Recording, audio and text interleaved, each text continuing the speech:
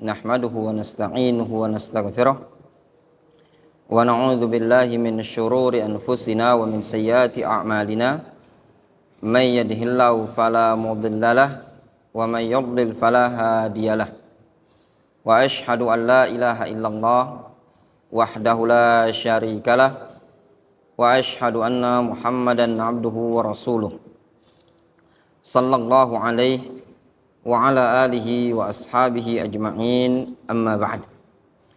Ikhwani fid din rahimani wa rahimakumullahu jami'an. Setiap insan ya Allah Subhanahu wa taala ciptakan di muka bumi ini tidak lepas berada dalam 3 kondisi. Terkadang mereka berada pada kondisi yang penuh dengan nikmat, dan terkadang mereka berada pada kondisi yang penuh dengan ujian dan cobaan, dan juga terkadang mereka berada pada kondisi terjatuh pada perbuatan dosa. Demikianlah kehidupan yang Allah Subhanahu wa taala tetapkan pada Bani Adam. Orang Arab mereka mengatakan yaumun lana wa yaumun alaina wa yaumun nusa'u wa yaumun nasurru. Kita hidup di dunia ini terkadang sekali beruntung, sekali merugi. Terkadang kita dibuat senang, terkadang kita dibuat sedih.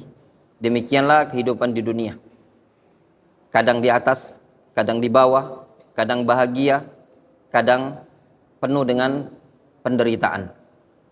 Sehingga kehidupan umat manusia harus bisa dia memposisikan di mana posisi dirinya pada 3 fase kehidupan tersebut atau 3 kondisi kehidupan tadi.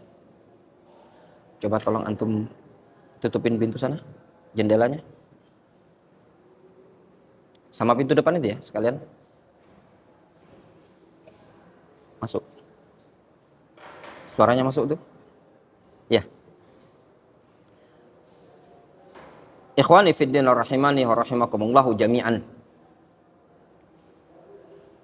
Allah Subhanahu wa taala menciptakan kita semua pasti dengan tujuan dan hikmah yang Allah Subhanahu wa taala inginkan. Setiap insan, setiap umat manusia dalam kehidupan dunia ini pasti menginginkan suatu kebahagiaan. Tidak ada seorang pun yang hidup di dunia ini tidak menginginkan kebahagiaan. Mau dia orang Arab atau dia orang non-Arab, pasti mereka menginginkan kebahagiaan. Sehingga dengan berbagai macam cara dan dengan berbagai macam kaifiyah, dia akan berupaya meraih kebahagiaan tersebut. Namun, sebagaimana yang kita sebutkan tadi, sesuatu sunnatullah Subhanahu wa taala, yang namanya umat manusia tidak lepas dari 3 kondisi. Kondisi pertama, berada pada kondisi penuh dengan nikmat. Kondisi kedua, berada pada kondisi penuh dengan ujian. Atau kondisi yang ketiga, seseorang yang berlumur dengan perbuatan dosa. Sebagai seorang hamba, seorang insan, pasti dia akan mendapatkan 3 fase ini tadi. Tidak ada seorang pun yang hidup di dunia ini tanpa mulus kehidupannya atau tanpa penuh dengan onak dan duri. Seseorang yang menjalani kehidupan di dunia tidak lepas berada pada 3 kondisi tadi. Kadang dia penuh nikmat, kadang dia penuh ujian, kadang dia terjatuh pada perbuatan dosa. Nah, dari 3 poin ini tadi, 3 kondisi ini tadi, di belakangnya ada jalan kebahagiaan. Masing-masing dari 3 kondisi ini tadi, seorang hamba akan mendapatkan kebahagiaan kalau dia mampu menjalaninya. Apa jalan-jalan kebahagiaan tersebut? Yang pertama, ketika seseorang mendapatkan nikmat, bagaimana sikap yang tepat agar dia bahagia ketika dia mendapatkan nikmat dari nikmat Allah Subhanahu wa taala tersebut. Allah Subhanahu wa taala menyebutkan di dalam Al-Qur'anul Karim tentang sikap yang tepat, cara yang tepat bagi seseorang ketika dia mendapatkan nikmat, yaitu dengan cara dia bersyukur kepada Allah Subhanahu wa taala. Apapun nikmat Allah Subhanahu wa taala yang Allah Subhanahu wa taala berikan kepada kita. Kata Allah Azza wa Jalla dalam Al-Qur'anul Karim, "Wa ma bikum min ni'matin faminallah." Apapun nikmat yang Allah Subhanahu wa taala berikan kepada kalian, itu semua nikmat datangnya dari Allah Subhanahu wa taala. Nikmat Allah Subhanahu wa taala adalah nikmat yang tidak terhitung kalau mau dihitung. Allah Subhanahu wa taala berfirman di dalam Al-Qur'anul Karim, "Wa in ta'uddu ni'matallahi la tuhsuha." Kalau kalian berupaya untuk menghitung nikmat Allah Subhanahu wa taala tersebut, kalian tidak akan mampu menghitungnya, kata Allah Azza wa Jalla. Teramat banyak ya ikhwan nikmat Allah Subhanahu wa taala ini tadi. Mulai dari badan kita, dari ujung rambut sampai ujung kaki, semuanya penuh dengan nikmat Allah Subhanahu wa taala. Allah Subhanahu wa taala sebutkan di dalam Al-Qur'anul Karim akan nikmat yang satu ini saja, nikmat badan kita saja. Dalam sekian banyak ayat Allah Subhanahu wa taala memerintahkan kita untuk mentadabburi badan kita. Dikarenakan pada badan kita penuh dengan nikmat. Allah Subhanahu wa taala menyatakan di dalam Al-Qur'anul Karim, "Wa fi anfusikum afala tubsirun." Pada diri kalian, pada jasad kita ini tadi. Afala tubsirun? Tidakkah kalian mau melihat, mentadaburi? Kata Allah Azza wa Jalla, pada jasad kalian, pada badan kalian. Tidakkah kalian mau mentadaburinya?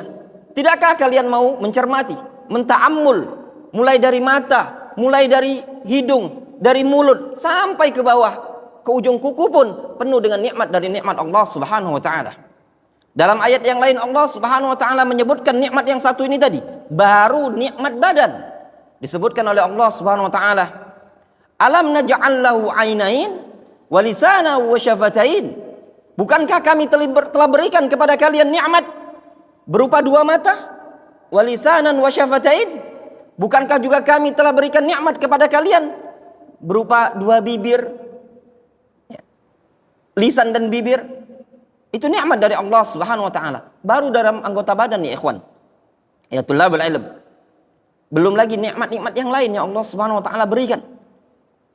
Allah Subhanahu wa taala mengeluarkan kita dalam perut ibu kita, ada dari perut ibu kita dalam keadaan kita tidak memiliki pakaian sama sekali.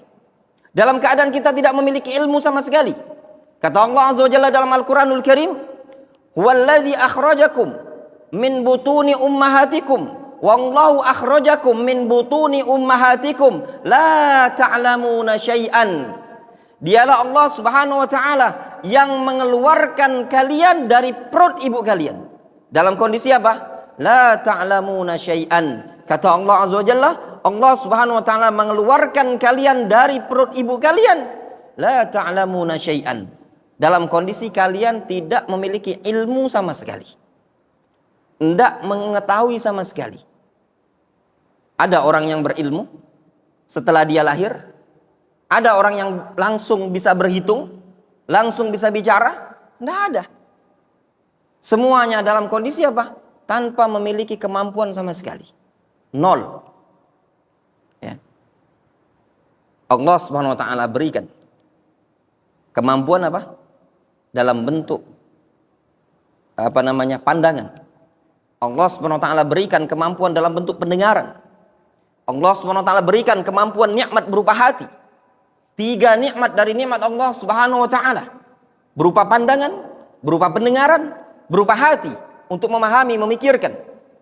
Diingatkan oleh Allah Subhanahu wa taala, "Wallahu akhrajakum min butuni ummahatikum la ta'lamuna syai'an wa ja'ala lakumus sam'a wal absar wal af'ida." Allah Subhanahu wa taala jadikan kalian memiliki pandangan, memiliki hati. Itu semua anugerah dan nikmat dari Allah Subhanahu wa taala. Laqad dzara'na li jahannama katsiran minal insi wal jin. Lahum qulubun la yafqahuna biha, walahum a'yunun la yubsiruna biha, walahum adhanun la yasma'una biha. Ulaika kal an'ami bal hum adall. Kata Allah Azza wa Jalla, dialah Allah Subhanahu wa taala yang menciptakan untuk kalian ya, memiliki pandangan, memiliki hati, memiliki pendengaran. Itu semua diciptakan oleh Allah Subhanahu wa taala. Tatkala tidak digunakan nikmat ini tadi, apa kata Allah Azza wa Jalla? Allah Subhanahu wa taala ancam mereka dengan neraka. Sungguh kami telah masukkan kebanyakan penduduk neraka dari kalangan jin dan manusia adalah kelompok yang lahum qulubun la yafqahuna biha. Mereka memiliki qulub, hati. La yafqahuna biha. Tidak bisa memahami. Walahum a'yunun la yubsiruna biha. Mereka punya mata tapi tidak bisa melihat. Walahum udhunun la yasma'una biha. Mereka punya telinga tapi tidak mendengar. 3 nikmat dari badan ini tadi, dari nikmat Allah Subhanahu wa taala tidak bermanfaat bagi mereka. Sehingga apa? Mereka Allah Subhanahu wa taala cemplungkan dalam neraka dikarenakan tidak mensyukuri nikmat tadi. Ketika malaikat bertanya kepada mereka yang dilemparkan ke dalam neraka, kullama ulqiya fiha faujun sa'alahum khazanatuha alam ya'tikum nadhir. Ketika dilemparkan ke dalam neraka, lalu malaikat bertanya, alam ya'tikum nadhir, bukankah telah datang kepada kalian an-nadhir, pemberi peringatan?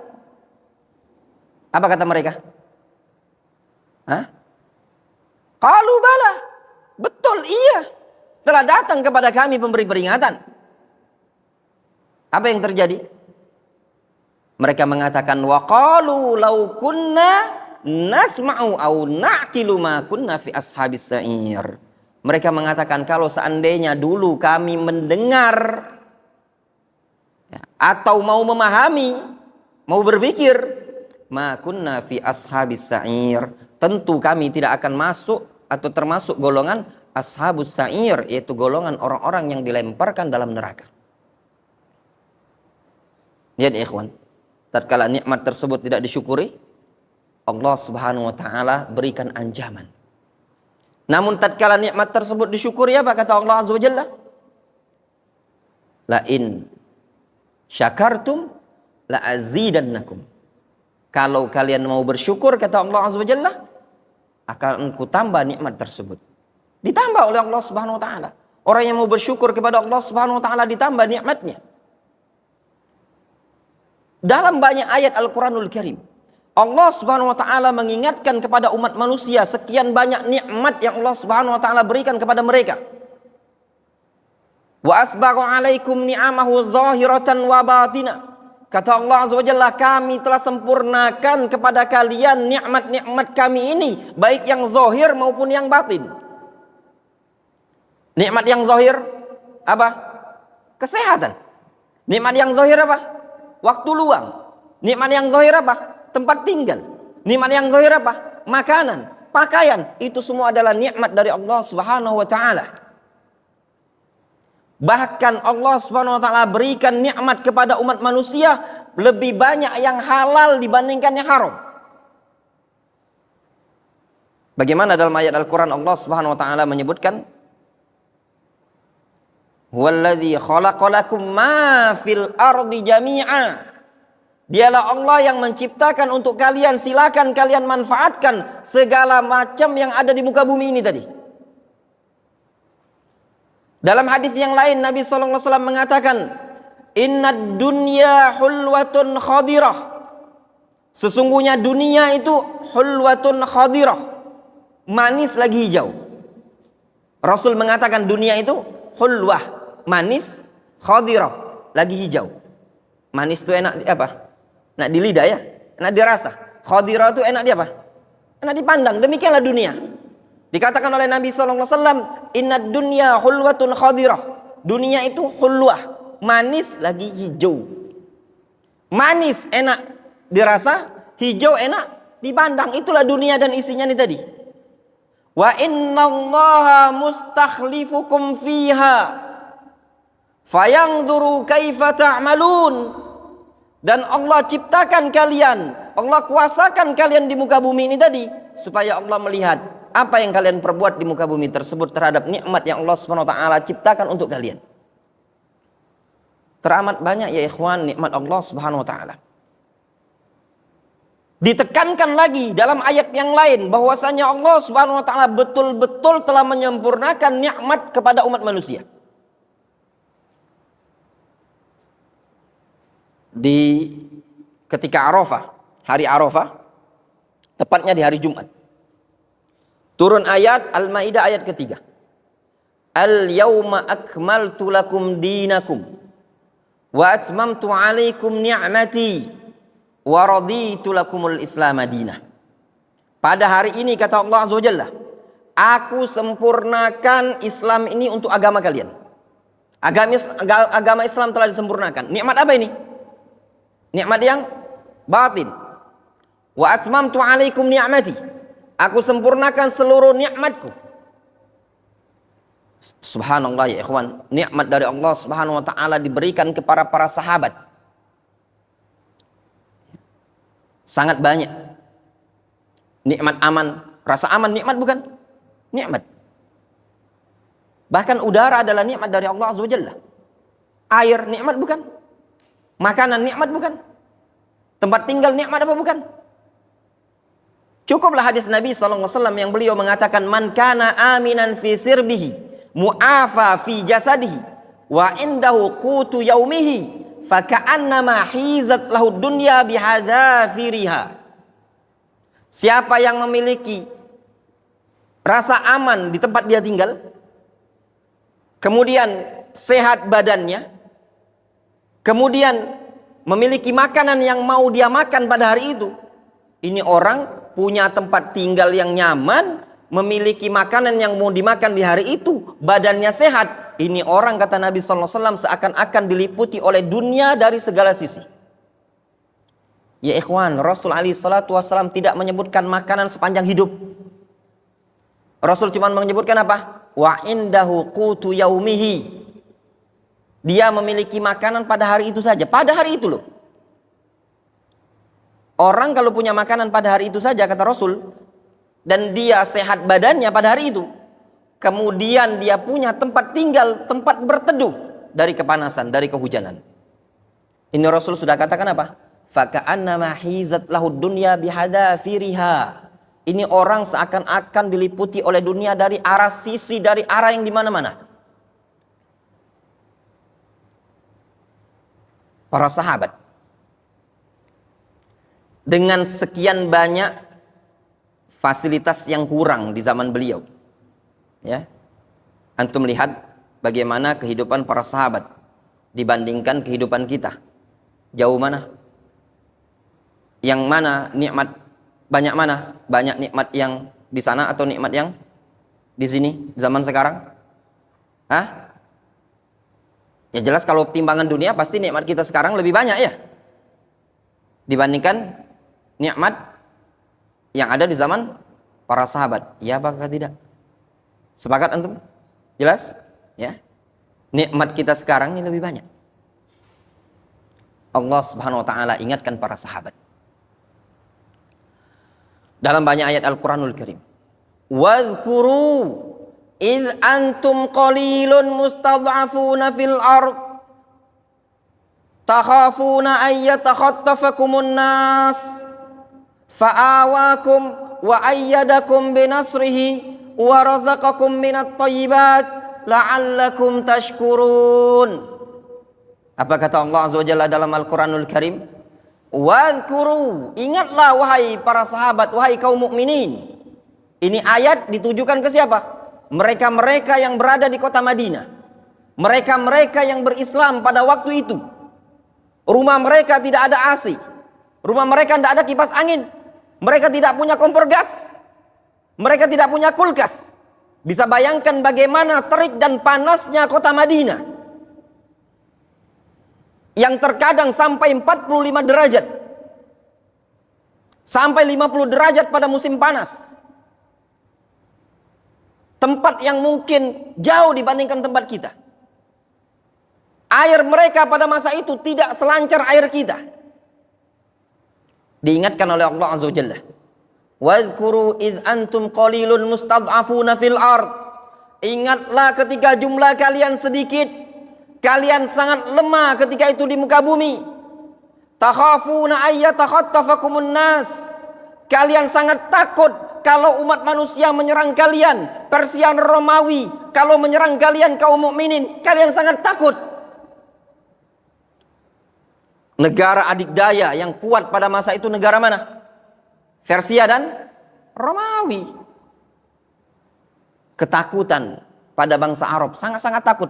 Terbukti ketika mereka mau diserang oleh Abraha dengan pasukan gajah dari negara Yaman, ibu kota Son'a, datang ke Mekah ingin menghancurkan Ka'bah. Apa yang terjadi di kalangan bangsa Arab?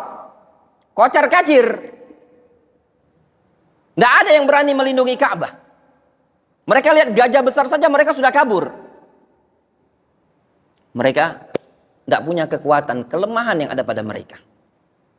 Baru ngelawan Abraha yang mau menghancurkan Ka'bah.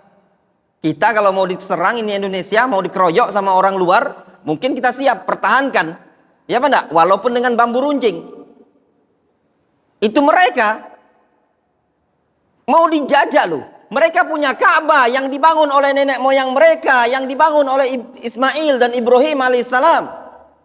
Itu kampung halaman mereka. Sudah bertahun-tahun mereka di sana. Itu simbol tempat ibadah mereka. Mau diserang orang dari negara Yaman dengan pasukan bergajahnya, kocar kacir mereka kabur. Ya. Menunjukkan apa? Takhafuna ayyatakhattafakumun nas. Kalian itu punya tabiat takut diserang oleh umat manusia. Itu bangsa Arab. Pada waktu itu. Namun apa yang terjadi? Mereka beriman kepada Nabi kita Muhammad SAW. Mereka yakin kepada Nabi kita Muhammad SAW. Mereka yakin pertolongan Allah SWT akan datang. Fa'awakum wa ayyadakum binasrihi. Lalu Allah SWT lindungi kalian, Allah berikan kekuatan, Allah kuatkan, Allah tolong kalian. Apa yang terjadi? Kemenangan yang didapatkan kaum mukminin. Wa razaqakum minat thayyibat la'allakum tashkurun. Kata Allah Azza wa Jalla, Allah berikan kepada kalian nikmat-nikmat rezeki yang baik supaya kalian bersyukur. Kira-kira pertanyaannya, rezeki nikmat yang mereka dapat sama enggak dengan kita sekarang ini? Berupa nikmat dunia? Hah? Tentu beda. Ya ikhwan, kita kajian saja sudah ada air minum ini. Ya enggak? Kita kajian di meja yang seperti ini. Di atas antum ada kipas angin. Itu ada AC. Antum duduknya di karpet. Nabi SAW pengajian di zaman beliau bersama para sahabat dari dinding masjid yang tidak punya dinding sama sekali. Cuma terbuat dari tiang batang kurma dengan atapnya pelepah kurma. Antum bisa bayangkan. Nikmat yang seperti itu, nikmat yang sedikit dari dunia tadi, yang menurut pandangan kita sedikit, tapi menurut sahabat ini adalah nikmat yang luar biasa. Itu pun diperintahkan oleh Allah Subhanahu wa taala untuk bersyukur kepada Allah Subhanahu wa taala, la'allakum tashkurun. Agar kalian bersyukur. Mereka yang tadinya dalam kondisi susah, takut terhadap musuh, takut terhadap kekuatan Persia, Romawi dan kekuatan Nasara ketika itu, tatkala dimenangkan oleh Allah Subhanahu wa taala ketika mereka hijrah ke kota Madinah, diingatkan oleh Allah Subhanahu wa taala supaya kalian bersyukur. Allah ingatkan, ini nikmat lu. Bersyukur kalian. Itu sahabat. Terus bagaimana dengan kita? Sangat layak tidak untuk bersyukur kepada Allah Subhanahu wa taala? Sangat layak ya ikhwan, ya jamaah, sangat layak. Berapa banyak nikmat yang Allah Subhanahu wa taala berikan kepada kita. Nikmat ini perlu dijaga. Kata seorang penyair Arab yang disebutkan oleh Imam Ibn Rajab dalam kitab Lataiful Ma'arif, "Idza kunta fi ni'matin far'aha fa innal ma'asi tuzilun ni'am." Apabila engkau berada di suatu nikmat, maka jagalah nikmat tersebut. Karena maksiat itu bisa menghilangkan nikmat. Subhanallah, antum tullabul ilm. Ya, penuh dengan kenikmatan. Penuntut ilmu di zaman sekarang penuh dengan kenikmatan. Di antara nikmat Allah Subhanahu wa taala kepada kita, lihat, bayangkan. Dulu mereka para sahabat kalau mau nuntut ilmu apa? Mereka harus jalan kaki dari rumah mereka kepada majelisnya Nabi sallallahu alaihi wasallam.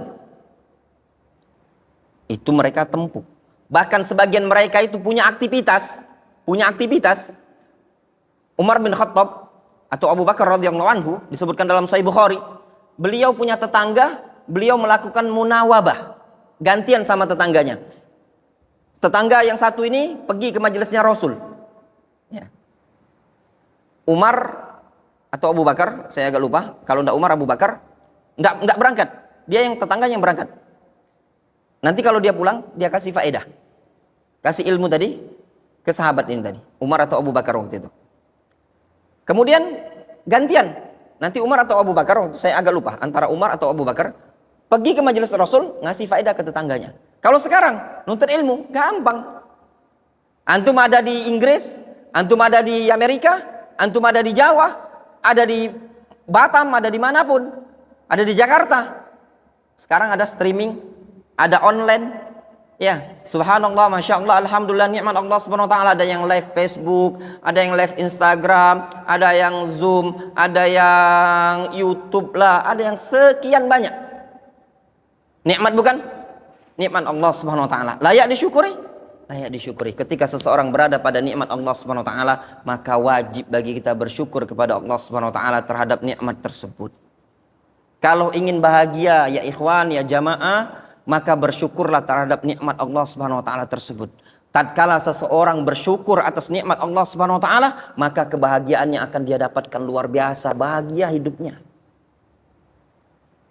Kata Nabi sallallahu alaihi wasallam, "Unzuru ila man huwa asfala minkum wa la tanzuru ila man huwa fawqakum, fa huwa ajdar 'alaikum alla tasdaru ni'matallahi 'alaikum." Lihatlah ke orang-orang yang berada di bawah kalian, jangan melihat orang yang berada di atas, karena tindakan melihat kepada orang yang di bawah bisa membuat kalian sangat layak untuk bersyukur, tidak meremehkan nikmat Allah Subhanahu wa taala terhadap kalian. Ini luar biasa kalau kita mau mensyukuri nikmat dari nikmat Allah Subhanahu wa taala. Nikmat yang zahir saja sudah banyak, belum lagi nikmat yang batin. Nikmatul Islam, nikmatul iman, nikmatul sunnah, nikmat talabatul ilm. Di antara nikmat yang terbesar di zaman sekarang adalah nikmat yang batiniah. Ya. Ana kasih contoh antum para penuntut ilmu yang di hadapan ana. Antum. Antum ini orang Arab apa bukan? Hah? Bukan. Arab neng di. Ya. Antum bukan orang Arab. Sekarang ana mau tanya sama antum. Sebagian antum ada yang bisa baca kitab kan? Ya betul tidak? Nikmat bukan dari Allah Subhanahu wa taala. Antum bisa baca Al-Qur'an? Bisa baca Al-Qur'an. Nikmat dari Allah Subhanahu wa taala. Ya enggak? Nih Ustadz Yaufin. Dari sekian angkatan antum kuliah. Ketika kuliah, berapa banyak sih yang bisa baca kitab? Nggak ada ya, minim ya. Antum sekarang kerja di Pertamina. Nah, sebagai antum orang kerja di Pertamina yang banyaknya seperti itu, berapa orang yang bisa baca Al-Quran? Mungkin minim sekali kan. Itu baru Al-Quran, belum lagi kitab gundul. Ya benar? Sangat minim. Ya, kita tahu skalanya orang pekerja. Antum akan tahu bahwasanya antum diberi nikmat oleh Allah Subhanahu wa taala berupa nikmat yang batin ketika antum bercampur dengan mereka-mereka yang tidak memiliki nikmat tersebut. Kita itu tidak tahu nikmat Allah Subhanahu wa taala itu besar, melainkan tatkala kita berada di lingkungan yang tidak punya nikmat dengan nikmat yang kita miliki. Antum misalkan di lingkungan pondok pesantren seperti ini, di lingkungan orang-orang yang biasa pengajian, atau merasa mungkin nggak punya nikmat biasa. Orang semuanya bisa kok. Baca Al-Quran banyak juga yang hafal, yang lancar. Banyak juga yang bisa baca kitab. Nahunya mungkin lebih pandai dibandingkan saya. Tapi ketika antum berada seperti Ustadz Yaufin, berada di lingkungan orang-orang pekerja yang di sana tidak ada yang bisa mungkin kecuali dia. Disodori, ini buku Arab disodori. Kita ini orang ajam, bukan orang Arab. Disodori, ini orang nggak ada harokatnya. Bisa baca, bisa terjemahkan. Nikmat bukan? Nikmat ya ikhwan. Dari sekian banyak nikmat Allah Subhanahu wa taala. Orang tidak akan tahu nikmat tersebut melainkan tatkala dia berada pada lingkungan orang yang tidak memiliki nikmat. Orang tidak akan tahu nikmatul iman wa nikmatul Islam wa ni'matul ibadah melainkan tatkala dia berada pada lingkungan orang-orang yang tidak punya iman, tidak punya Islam, tidak punya ibadah kepada Allah Subhanahu wa taala, barulah dia tahu subhanallah, alhamdulillah, ini nikmat dari Allah Subhanahu wa taala yang Allah Subhanahu wa taala berikan kepadaku. Ini ya ikhwan yang antum fahami baik-baik. Ketika kita berada pada nikmat dari nikmat Allah Subhanahu wa taala, wajib alaina an nashkurallah. Wajib bagi kita bersyukur kepada Allah Azza wa Jalla. Terus bagaimana bentuk kita bersyukur kepada Allah Subhanahu wa taala? Para ulama menyebutkan dalam bersyukur kepada Allah Subhanahu wa taala memiliki 3 rukun. Yang pertama bil qalbi. Bersyukur dengan hati. Apa bersyukur dengan hati?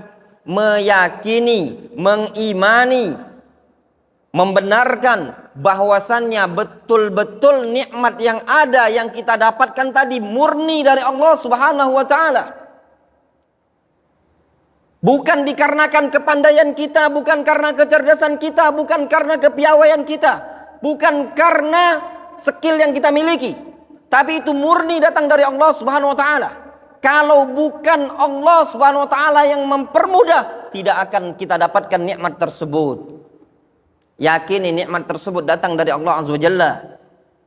Kalau orang memegang prinsip yang satu ini tadi, meyakini seluruh nikmat itu datangnya dari Allah Subhanahu wa taala, maka hidupnya akan tenang, akan lapang, tidak akan sombong dia terhadap pencapaian prestasi yang dia cari. Kata Allah Azza wa Jalla, "Likai la ta'sau 'ala ma fatakum wa la tafrahu bima atakum." Supaya kalian tidak putus asa terhadap nikmat yang luput dari kalian. Dan supaya kalian tidak merasa hebat, tidak merasa congkak, tidak merasa pinter terhadap pencapaian prestasi yang kalian miliki. Kalau kita punya prinsip yang satu ini tadi, meyakini seluruh nikmat datangnya dari Allah Azza wa Jalla. Si Qarun, kenal sama si Qarun? Orang terkaya. Ya. Tidak ada orang yang kaya dibandingkan Qarun. Pejabat-pejabat Indonesia masih kalah dibandingkan si Qarun. Sulaiman Ar-Rajhi, orang terkaya di Saudi Arabia, itu masih kalah dibandingkan si Qarun. Jangankan hartanya si Qarun, kuncinya saja, kunci gudang hartanya harus dipikul sama Algojo. Banyak kuncinya ya. Banyak, harus dipikul sama Algojo, itu baru kunci. Belum lagi gudang hartanya. Saking banyaknya itu, hartanya itu sampai ada di Indonesia ini loh. Sampai ada di Palembang ini. Orang kalau gali tanah, nemu itu dibilang harta karun. Ya apa enggak? Harta si Qarun. Saking banyaknya tadi. Orang bilang harta karun. Ya. Padahal belum tentu harta karun, bisa jadi orang kececer. Ya. Nemu dompet di jalan dibilang harta karun. Dompet orang kececer dibilang harta karun. Nggak masuk akal ini tadi. Ya enggak? Nah, namun nih ikhwan yang ana inginkan kepada antum ya. Lihat si Qarun punya harta yang banyak. Apa kata si Qarun? Innama utitu ala ilmin indi. Aku dapat ini semua dikarenakan ilmu yang kumiliki, dikarenakan kepandaian yang kumiliki. Tidak mau dia mengakui ini nikmat datangnya dari Allah Subhanahu wa taala. Tidak mau dia bersyukur kepada Allah Subhanahu wa taala, ini nikmat dari Allah. Musa alaihissalam mendakwakan kepada Qarun agar meyakini itu nikmat datang dari Allah Subhanahu wa taala, bukan dikarenakan kepandaian kalian, bukan dikarenakan engkau pendidikannya sarjana S1, S2 atau S3. Itu murni datang dari Allah Subhanahu wa taala. Tapi tidak mau diakui sama si Qarun. Qarun mengatakan apa? Ini kekayaanku dapatkan dikarenakan ilmu yang kumiliki. Nah, di zaman sekarang ada enggak? Qarun fil mu'asir, itu kita punya kitab di maktabah tentang, judulnya lebih kurang antum cari. Judulnya lebih kurang Qarun di zaman sekarang. Ya, tipis, itu bagus sekali. Orang di zaman sekarang ada yang mirip Qarun. Ketika dia kaya, sukses, lihat saya. Saya gini nih karena ini seorang S3, doktor. Antum Bangga kali. Itu semua datangnya dari Allah Subhanahu wa taala. Difahami? Wadih. Lihat tuh. Di negeri Sabak. Tatkala orang yang tidak bersyukur kepada Allah Azza wa Jalla. Laqad kana li saba'in fi maskanihim ayah. Jannatani an yaminin wa shimal. Kulu min rizqi rabbikum washkurulah. Baldatun tayyibatun wa rabbun ghafur. Fa'aradu. Fa'arsalna alaihim sailal arim. Wa baddalnahum bi jannataini jannatai zawatai aklin wa khamlin wa sidrin wa syai'in min sidrin qalil dzalika jazainahum bima kafaru fahal nujazi illal kafur. Kata Allah Azza wa Jalla, sungguh negeri Sabak itu merupakan tanda kebesaran Allah Subhanahu wa taala. Di wilayah Yaman, di provinsi Sabak. Di zaman dahulu ada 2 kebun. Ya. Kebun yang rindang, pohon-pohon buah-buahnya tadi rindang sekali. Sampai-sampai disebutkan cahaya matahari itu tidak bisa nembus. Saking rindang sekali. Buahnya itu, orang kalau bawa keruntung, tahu teman keruntung, keranjang, ya, ditaruh misalkan ini, jalan di bawah pohon, itu bisa nyangkut buah tadi, saking banyaknya. Disebutkan oleh Imam Ibnu Katsir, nyamuk pun nggak ada di situ, nggak ada hama sama sekali. Ya. Jangankan tikus, hama pun nggak ada. Tempat yang indah, sejuk. Disebutkan laqad kana li saba'in fi maskanihim ayah. Itu Sabak, tempat mereka merupakan ayah. Ketika disebutkan ayah itu tanda kebesaran Allah. Tidaklah disebutkan ayah, melainkan sesuatu yang paling istimewa. Beda dengan tempat yang lain. Ada 2 kebun yang rindang. Kulu min rizqi rabbikum washkurulah. Baldatun tayyibatun wa rabbun ghafur. Kata Allah Azza wa Jalla, makanlah oleh kalian, makanlah kalian, makanlah. Silakan makan. Namun ingat, bersyukurlah kepada Allah Azza wa Jalla. Allah cuma minta kepada mereka, Allah perintahkan kepada mereka bersyukur. Silakan kalian nikmati loh. Itu loh buah-buahan yang banyak, yang lebat tadi. Silakan kalian makan. Konsumsi. Namun ingat bersyukur kepada Allah Azza wa Jalla. Negeri yang kata Allah, baldatun tayyibatun wa rabbun ghafur. Sering dengar istilah ini? Ya. Baldatun tayyibatun wa rabbun ghafur. Kalau bahasa Jawanya apa? Gemarifah loh jinawi. Gitu ya?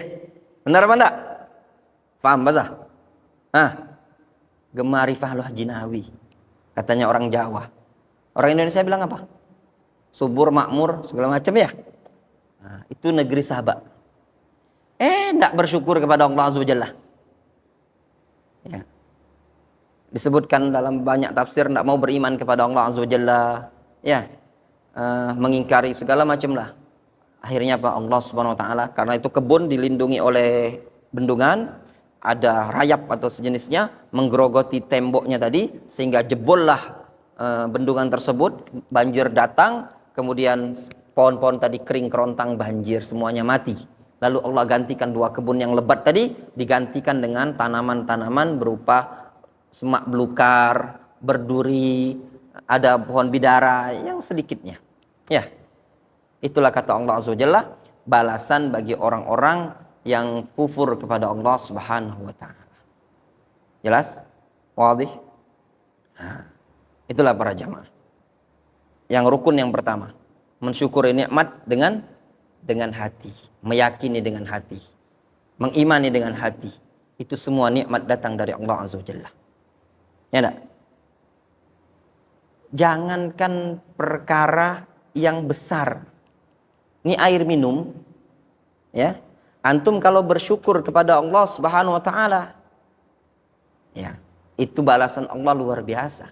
Innallaha yardha 'anil abdi, ya, ayyakulal akalata au ayyakulal aklah au yashrabas syurbah fayahmaduhu 'alaiha.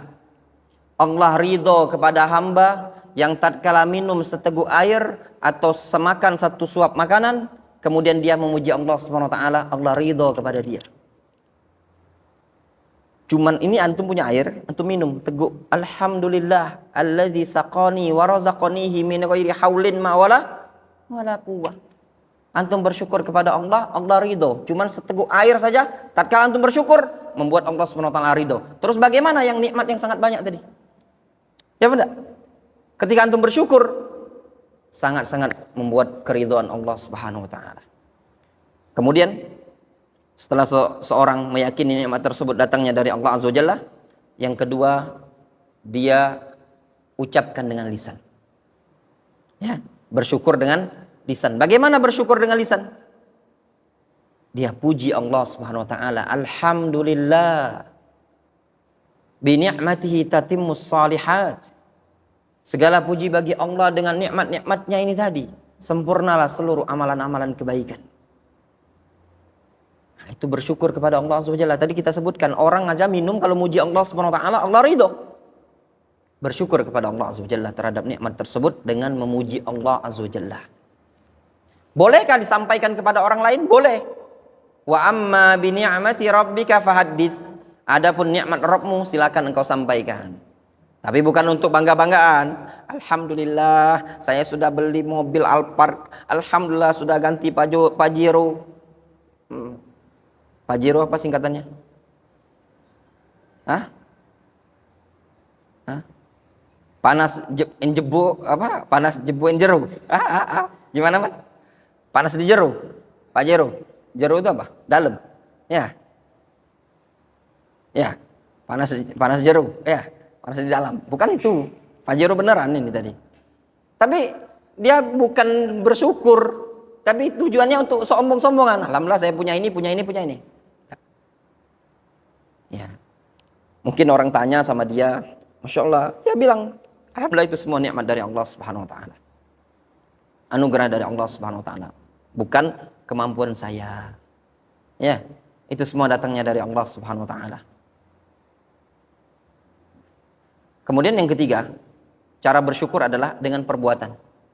Ketika antum memiliki nikmat dari sekian banyak nikmat Allah Subhanahu wa taala, antum syukuri dengan cara antum gunakan nikmat tadi di atas ketaatan. Ya benar? Antum punya kendaraan, ya gunakan kendaraan sepeda motor untuk apa? Majelis taklim, pengajian. Bukan sepeda motor dipakai parkir. Parkir kemana? Parkir diskotik. Malam mingguan, ini malam minggu ya, bentar lagi. Malam minggu antum parkir di mana? Diskotik. Party.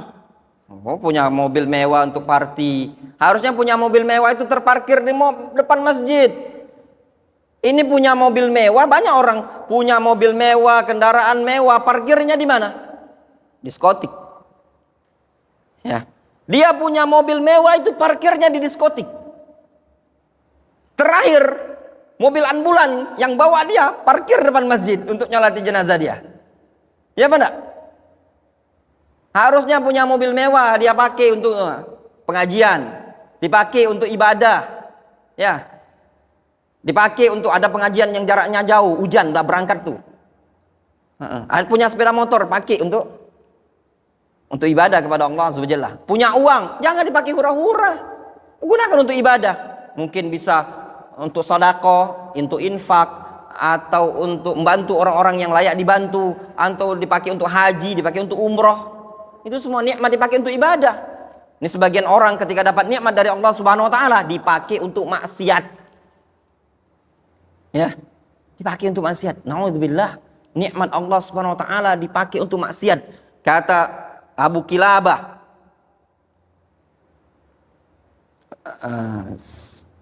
siapa salah seorang tabi'in? Ya, Abu Kilabah, seingat ana, beliau mengatakan gini. Kullu ni'matin la tuqarribuka minallah fahiya baliyah. Ucapan siapa tuh? Hah? Ada yang ingat? Kullu ni'matin la tuqarribuka minallah fahiya baliyah. Siapa bin? Setiap nikmat yang tidak mendekatkan diri engkau kepada Allah, maka nikmat tersebut pada hakikatnya adalah musibah. Ya. Kullu ni'matin la tuqarribuka ilallah fahiya baliyah. Setiap nikmat yang tidak bisa mendekatkan engkau kepada Allah, maka nikmat tersebut musibah, bukan rezeki. Ya, bukan kebaikan, justru musibah.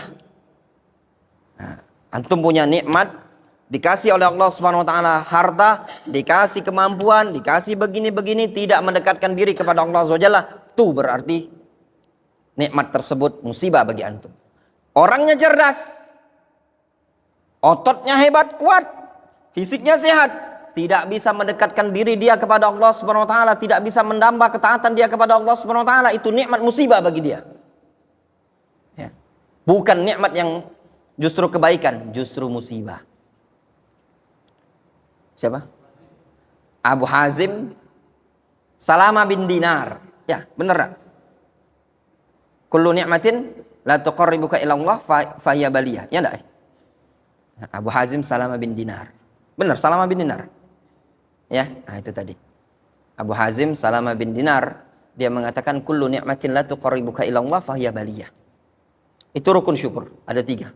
Dengan hati, dengan lisan, dengan perbuatan, menggunakan nikmat-nikmat ini tadi untuk mendekatkan diri kepada Allah Azza wa Jalla. Jelas? Orang cerdas gunakan kecerdasannya untuk memahami agama Allah Subhanahu wa taala.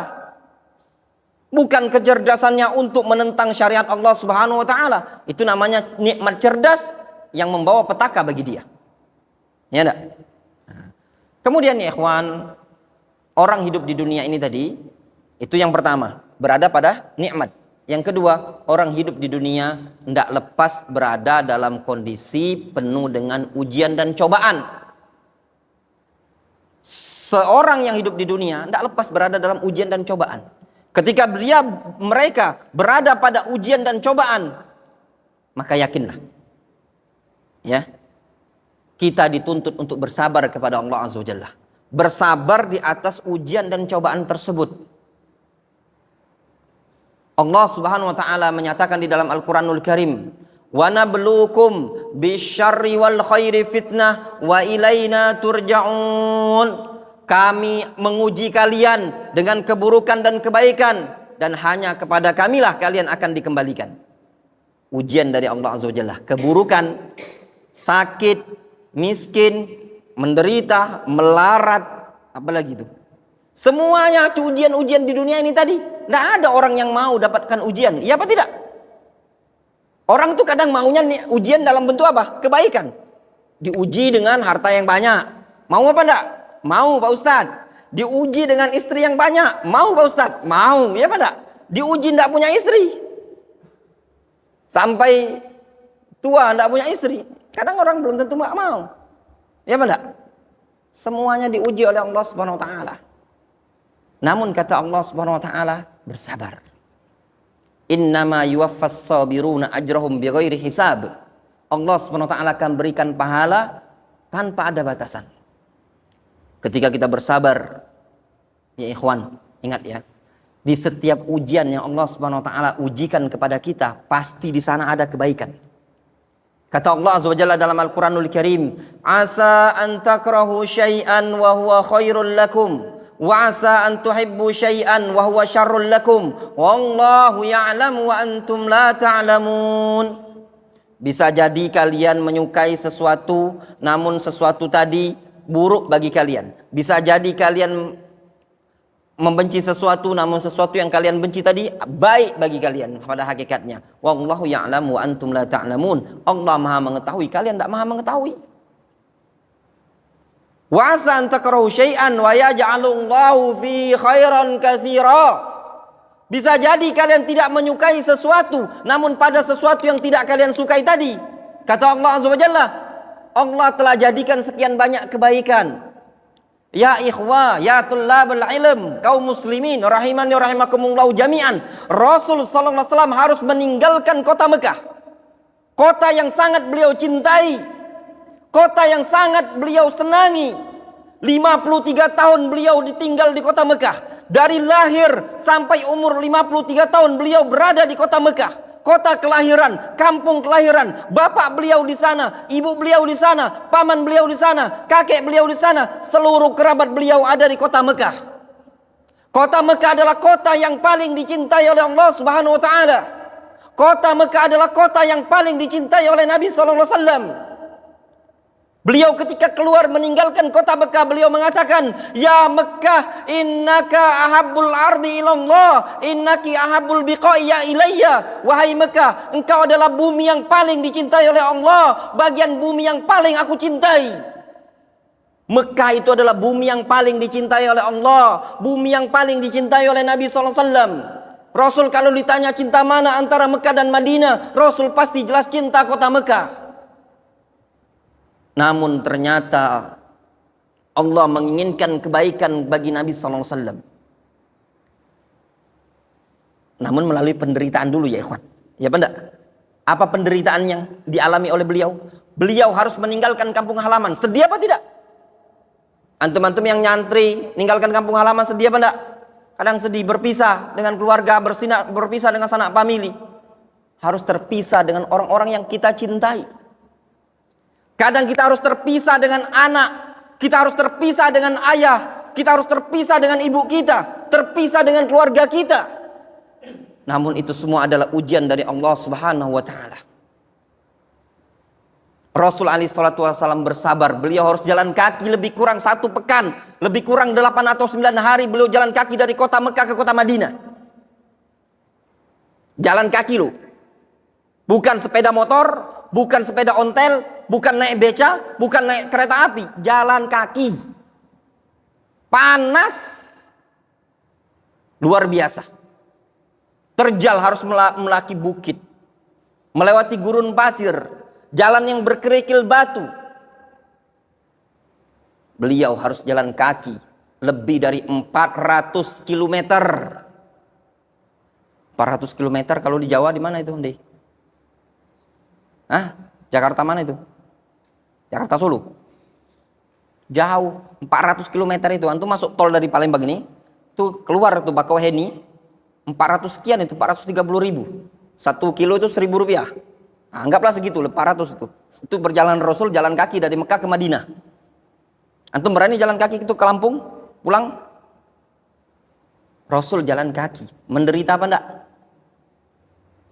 Tapi itulah ketentuan Allah Subhanahu wa taala, beliau jalani. Beliau meninggalkan kota Mekah. Subhanallah ya ikhwan. Apa yang terjadi? Hijrah beliau. Ternyata di sana ada kebaikan-kebaikan yang Allah inginkan. Apa kebaikan-kebaikannya? Dari hijrahnya beliau, dari berjalan kaki ke kota Mekah, ke kota Madinah. Ya adanya Islam di Indonesia ini.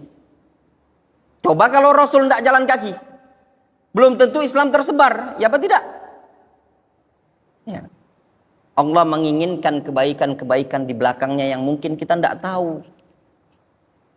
Allah menguji kita, bukan berarti Allah ingin menyiksa kita di dunia ini tadi. Allah menguji kita, tujuannya untuk memberikan kebaikan bagi diri kita. Namun kita harus melewati dulu ujian-ujian tersebut. Kalau kalian ingin sukses itu ada ujian-ujiannya. Antum tahu tentara tuh Kopassus? Keren nggak lah kalau lihat Kopassus itu baret merah? Ya mana? Siapa yang mau jadi tentara? Terus mana santri yang mau jadi tentara? Ahmad mau jadi tentara tuh? Keren nggak tuh tentara pakai baret merah? Ya, antum kira tentara bisa dapat baret merah itu cuman pegang pentungan dia, nongkrong depan pos? Nggak ada, mereka kadang harus nyebrang sungai, nyebrang bukan lagi kali itu yang serbang, kadang nyebrang lautan dari Nusa Kambangan itu, Cilacap Nusa Kambangan. Harus latihan mereka. Ya enggak? Loncat dari ketinggian sekian. Mereka harus jalan di berlumpur, mereka harus ditembak itu. Perjuangan. Barulah mereka dapat baret biar keren. Ya enggak? Nah, terkadang Allah SWT ingin mengangkat derajat kita di dunia ini tadi. Allah telah siapkan kebaikan-kebaikan untuk kita. Allah SWT telah siapkan hal-hal yang mulia untuk kita. Namun Allah SWT letakkan perkara yang mulia tadi, yang baik bagi kita. Bahkan kebaikan tersebut bermanfaat bagi kita, anak keturunan kita. Namun kita harus melewati, sabar dulu melewati apa? Ujian dan cobaan ini tadi. Ya apa tidak? Itulah ya ikhwan. Kalau kita sabar, jalani kehidupan ini tadi, insya Allah antum akan mendapatkan manisnya kebaikan yang ada di depan sana. Difahami? Jelas? Wadih? Kuncinya sabar. Ingin bahagia, sabar. Yang pertama tadi jalan kebahagiaan apa? Bersyukur. Yang kedua apa? Sabar. Yang ketiga, kalau antum ingin bahagia, kita nih terkadang ya, sealim-alim orang, sesoleh-soleh orang, nggak lepas dia akan terjatuh pada perbuatan dosa. Ya apa tidak? Hah? Memang ada orang yang tidak berdosa? Tidak ada, semua kita ini. Nabi SAW mengatakan apa? Kullu bani Adam khata'. Setiap bani Adam itu banyak salahnya. Allah Subhanahu wa taala menyatakan dalam hadis kursi dari sahabat Abu Dzar radhiyallahu anhu riwayat Muslim, "Ya ibadi, innakum tukhti'una bil-laili wan-nahar wa ana aghfiru dzunuba jami'an fastaghfiruni aghfir lakum." Wahai hamba-hambaku, sesungguhnya kalian adalah orang yang banyak melakukan kesalahan siang dan malam, maka hendaklah kalian meminta ampun kepadaku, akan kuampuni, kata Allah Azza wa Jalla. Sehingga kalau ingin bahagia tatkala seseorang jatuh pada perbuatan dosa, kalau dia ingin bahagia, maka hendaknya dia bertaubat kepada Allah Azza wa Jalla. Itu kuncinya. Kalau ingin bahagia, ya bertaubat kepada Allah Azza wa Jalla. Siapa sih di antara kita yang maksum? Tidak ada yang maksum. Mungkin saja bagi kita ini terjatuh pada perbuatan dosa, memungkinkan bagi kita terjatuh pada kesalahan. Namun tatkala kita bertaubat kepada Allah Subhanahu wa taala, tubu ilallahi ayyuhal muslimun la'allakum tuflihun. Bertaubatlah kalian kepada Allah wahai kaum muslimun, pasti kalian akan beruntung. Keberuntungan bagi orang yang bertaubat kepada Allah Azza wa Jalla. Innallaha yabsutu yadahu bil-lail liyatuba musii'un nahar wa yabsutu yadahu bin-nahar liyatuba musii'ul lail. Kata Nabi sallallahu alaihi wasallam, Allah membentangkan tangannya di malam hari supaya orang-orang yang berbuat dosa di siang hari bertaubat di malam hari. Allah membentangkan tangannya di siang hari supaya orang-orang yang berbuat dosa di malam hari bertaubat di siang hari. Taubat kepada Allah Azza wa Jalla, istighfar kepada Allah Subhanahu wa taala terhadap dosa yang dilakukan. Enggak rugi. Ya benar? Taubat enggak rugi. At-taib 'anidz dzanbi kaman la dzanba lahu. Orang yang bertaubat dari perbuatan dosa seakan-akan enggak punya dosa. Taubat itu menggugurkan seluruh kesalahan-kesalahan, bertaubat kepada Allah Azza wa Jalla. Sehingga kalau orang mau bahagia tatkala jatuh pada kesalahan, istighfar kepada Allah Azza wa Jalla. Ada nih 3 orang datang kepada Al-Imam Al-Hasan Al-Basri. 3 orang ini datang, masing-masing punya problem. Satu nggak punya anak, ya. Yang satunya ladangnya kering kerontang, nggak ada hujan. Ya.